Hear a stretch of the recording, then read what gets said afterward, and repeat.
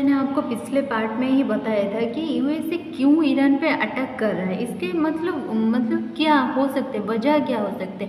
इस पर अगर हम देखें 2003 में जब यूएसए ने सोचा था कि इराक पर अटैक किया था 2003 में, सोचा था कि इराक न्यूक्लियर पावर बना रहे, लेकिन न्यूक्लियर पावर बना रहे तो इसी तरह से इराक को बर्बाद करके छोड़ दिया था यूएसए ने। और अभी वही बात लेके यूएसए अटैक कर रहा है, इसके मतलब शो कर रहा है कि न्यूक्लियर पावर बनाने के लिए, और यूएसए बोल रहा है कि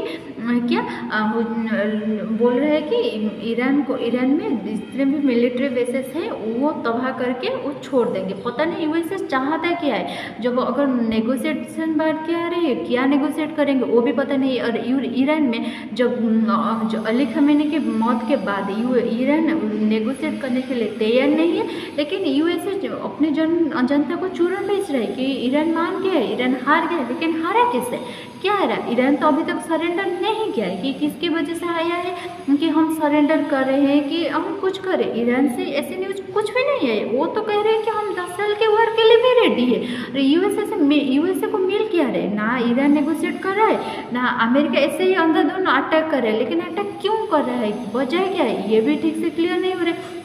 कभी कह रहे हैं कि हम ईरान को मिलिट्री बेसेस रखने नहीं देंगे, कभी और कुछ। इनके गवर्नमेंट का कुछ आता पता ठीक से नहीं हो रहा है। और ईरान में जो अगर देखा जाए, और इसको लेकर आक्रोश बहुत है। और अभी ईरान के सुप्रीम लीडर कौन है? अली खमेनी के मतलब छोटे बेटे मुमताज़ खमेनी है, उनके सुप्रीम लीडर, उन पर भी अटैक कर चुका है यूएसए। लेकिन ईरान अभी मतलब सरेंडर करने को तैयार भी नहीं। और ईरान नेगोशिएट करने के लिए 3 शर्त रखा है। ओके, क्या क्या शर्त है?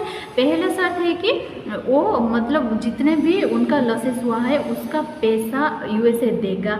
सेकेंड, उनको लिखित रूप में देगा, ऐसा मतलब स्ट्राइक यूएसए नहीं करेगा। और थर्ड है कि लिखित रूप में देगा, और जितना भी भरपाई है और जितना भी रिकंस्ट्रक्शन के लिए होगा वो यूएसए उसका भरपाई करेगा। ये कहा है, लेकिन कभी अभी तक सरेंडर नहीं किया। लेकिन ईरान जो अमेरिका के प्रेसिडेंट डोनाल्ड ट्रम्प क्या कर रहे हैं, उनके जनता मिड टर्म इलेक्शन आ रहे, उनको कह रहे हैं कि ईरान सरेंडर कर गया है, ईरान हार गया। लेकिन हारा क्या?